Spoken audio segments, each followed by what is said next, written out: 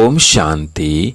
आज 13 अगस्त 2024 की साकार मुरली। आज बाबा ने कहा, मीठे बच्चे, योग द्वारा तत्वों को पावन बनाने की सेवा करो, क्योंकि जब तत्व पावन बनेंगे तब इस सृष्टि पर देवताएं पाव रखेंगे। प्रश्न, तुम्हारी नई राजधानी में किसी प्रकार की अशांति नहीं हो सकती है, क्यों? उत्तर, पहला, क्योंकि वह राजाई तुम्हें बाप द्वारा वर्षे में मिली हुई है। दूसरा, वरदाता बाप ने तुम बच्चों को अभी वरदान अर्थात वर्षा दे दिया है, जिस कारण वह अशांति हो नहीं सकती। तुम बाप का बनते हो तो सारा वर्षा ले लेते हो। ओम शांति। बच्चे तो जानते हैं, जिसके हम बच्चे हैं उनको सच्चा साहेब भी कहते हैं। इसलिए आजकल तुम बच्चों को साहेबजादे भी कहते हैं। सच के ऊपर भी एक पौड़ी है, सच खाना सच पहनना। भले यह मनुष्यों की बनाई हुई है, परंतु यह बाप बेट समझाते हैं। बच्चे जानते हैं ऊंचे तो ऊंचा बाप ही है, जिसकी बहुत महिमा है, जिसको रचयिता भी कहते हैं। पहले पहले हैं बच्चों की रचना। बाप के बच्चे हैं ना, सब आत्माएं बाप के साथ ही रहते हैं। उनको कहा जाता है बाप का घर, स्वीट होम। यह कोई होम नहीं। बच्चों को मालूम है वो हमारा स्वीटेस्ट बाप है। स्वीट होम है शांति धाम। फिर सतयुग भी स्वीट होम है, क्योंकि वहाँ हर घर में शांति रहती है। यहाँ घर में लौकिक माँ बाप के पास भी अशांति है, तो दुनिया में भी अशांति है। वहाँ तो घर में भी शांति, तो सारी दुनिया में भी शांति रहती है। सतयुग को नई छोटी दुनिया कहेंगे। यह पुरानी कितनी बड़ी दुनिया है। सतयुग में सुख शांति है, कोई हंगामे की बात नहीं, क्योंकि बेहद के बाप से शांति का वर्षा मिला हुआ है। गुरु गोसाई आशीर्वाद देते हैं, पुत्रवान भव, आयुष्मान भव। यह कोई नई आशीर्वाद नहीं देते। बाप से तो ऑटोमेटिकली वर्षा मिलता है।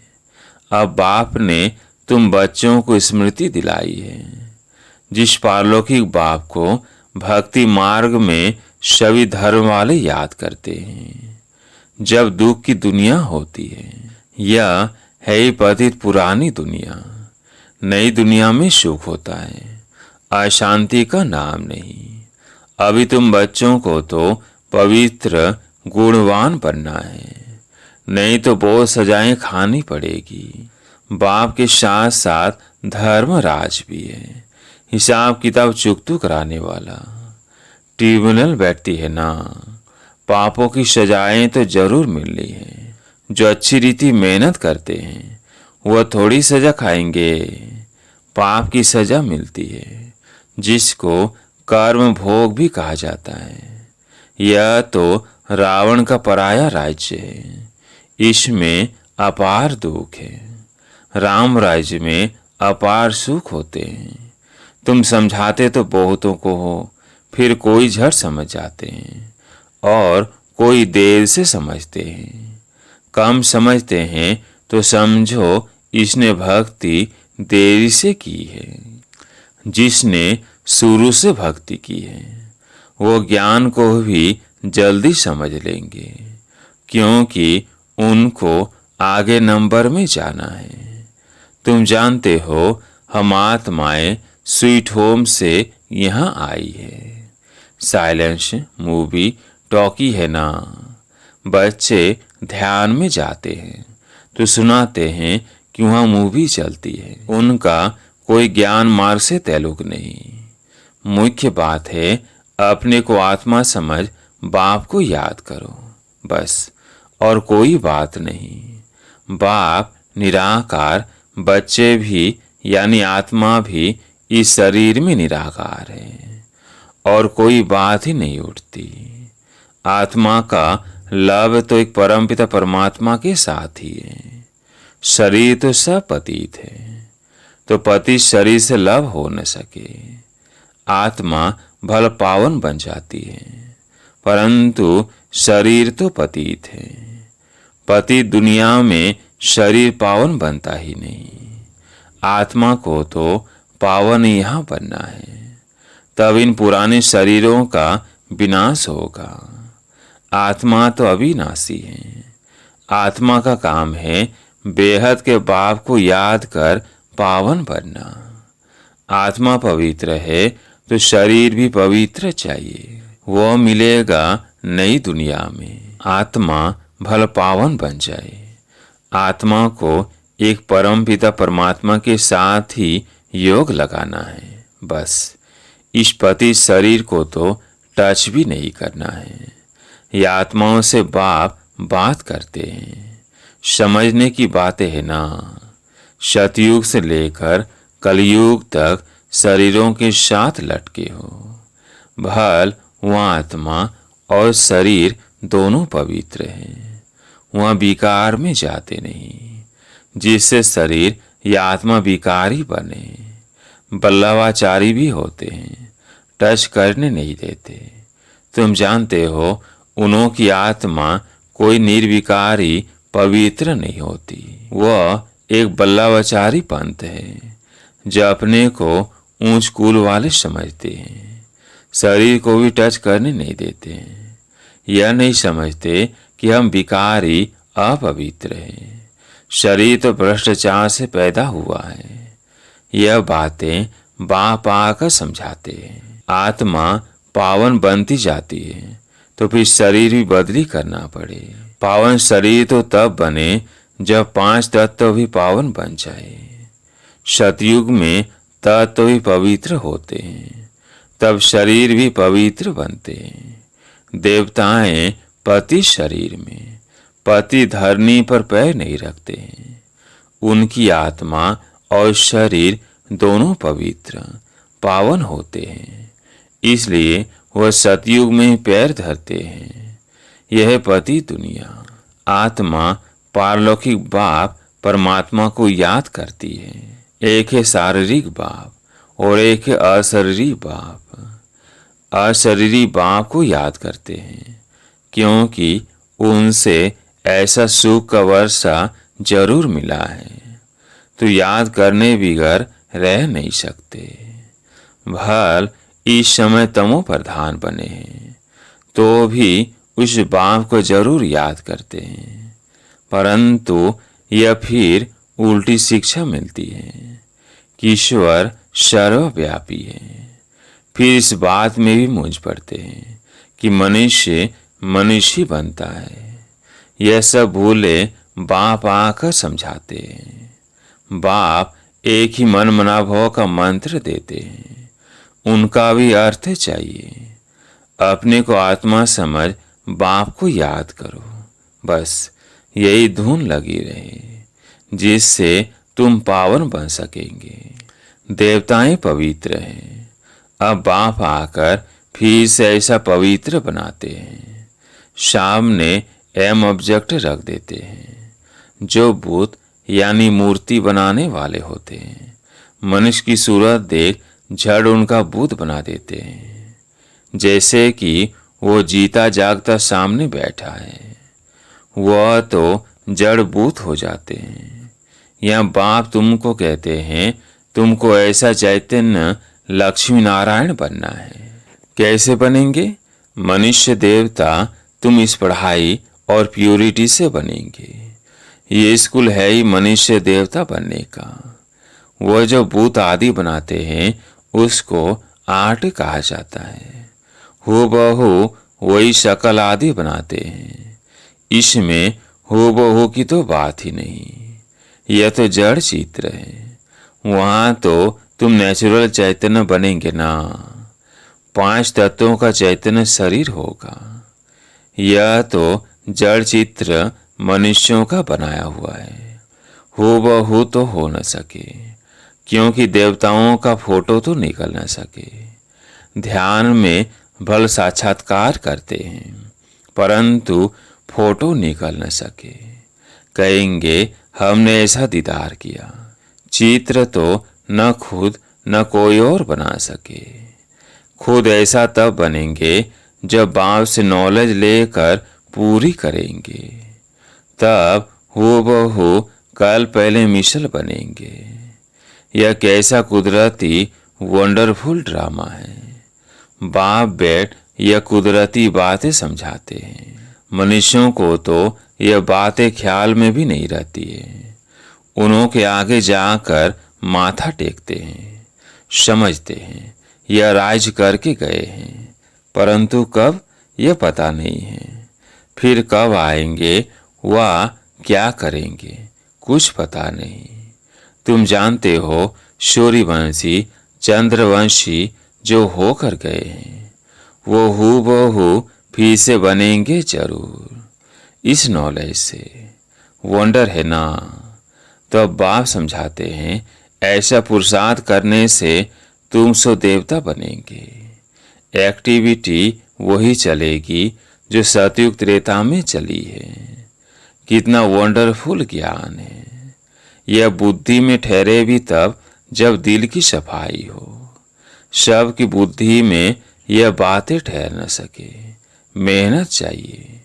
मेहनत बिगर कोई फल थोड़ी मिल सकता है। बाप तो पुरुषार्थ कराते रहते हैं। भल ड्रामा अनुसार ही होता है, परंतु पुरुषार्थ तो करना होता है। ऐसे थोड़ी बैठ जाएंगे ड्रामा में होगा तो हमसे पुरुषार्थ चलेगा। ऐसे भी जंगली ख्यालात वाले बहुत होते हैं। हमारी तकदीर में होगा तो पुरुषार्थ जरूर चलेगा। अरे पुरुषार्थ तो तुमको करना है। पुरुषार्थ और प्रारब्ध होती है। मनुष्य पूछते हैं पुरुषार्थ बड़ा या प्रारब्ध बड़ी। अब बड़ी तो प्रारब्ध होती है, परंतु पुरुषार्थ को बड़ा रखा जाता है जिससे प्रारब्ध बनती है। हर एक मनुष्य मात्र को पुरुषार्थ से ही सब कुछ मिलता है। कोई ऐसे ही पत्थर बुद्धि हो पड़ते जो उल्टा उठा लेते हैं। समझा जाता है इनकी तकदीर में नहीं है, टूट पड़ते हैं। यहाँ बच्चों को कितना पुरुषार्थ कराते हैं, रात दिन समझाते रहते हैं। अपने कैरेक्टर से जरूर सुधारने। नंबर 1 कैरेक्टर है पावन बनना। देवता तो है ही पावन, फिर जब गिर पड़ते हैं कैरेक्टर्स बिगड़ते हैं तो एकदम पतित बन जाते हैं। अभी तुम जानते हो हमारा तो A1 कैरेक्टर था, फिर एकदम गिर पड़े। सारा मदार है पवित्रता पर। इसमें ही बहुत डिफिकल्टी होती है। मनुष्य की आंखें बहुत धोखा देती है, क्योंकि रावण का राज्य है। वहां तो आंखें धोखा देती ही नहीं। ज्ञान का तीसरा नेत्र मिल जाता है। इसलिए रिलीजन इज माइट कहा जाता है। सर्वशक्तिवान बाप ही आ करके यह देवी देवता धर्म स्थापन करते हैं। भल करती तो सब आत्माएं, परंतु मनुष्य के रूप में करेगी। वो बाप है ज्ञान का सागर।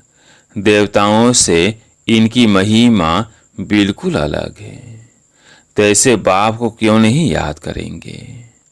उन्हों को ही नॉलेजफुल बीज रूप कहा जाता है। उनको सचित आनंद क्यों कहा जाता है। झाड़ का बीज है। उनको भी झाड़ का मालूम तो है ना, परंतु वो है जड़ बीज। उनमें आत्मा जैसे जड़ है। मनुष्य में है चैतन्य आत्मा। चैतन्य आत्मा को ज्ञान का सागर भी कहा जाता है। झाड़ छोटे से बड़े होते हैं तो जरूर आत्मा है, परंतु बोल नहीं सकती। परमात्मा की महिमा कितनी है। ज्ञान का सागर। यह महिमा आत्मा की नहीं, परमात्मा माना परमात्मा की गाई जाती है। फिर उनको ईश्वर आदि कहते हैं। असुल नाम है परम पिता परमात्मा। परम अर्थात सुप्रीम। महिमा भी बड़ी भारी करते हैं।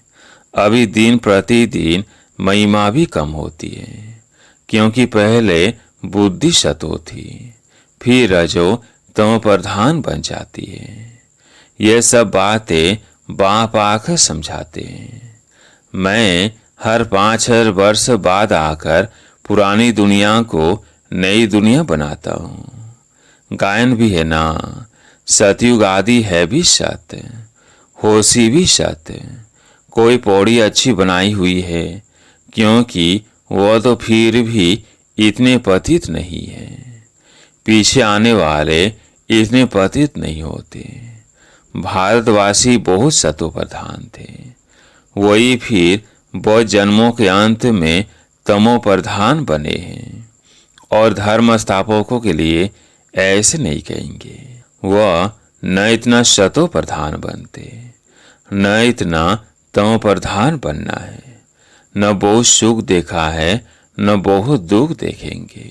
सबसे जास्ती तमो प्रधान बुद्धि किसकी बनी है?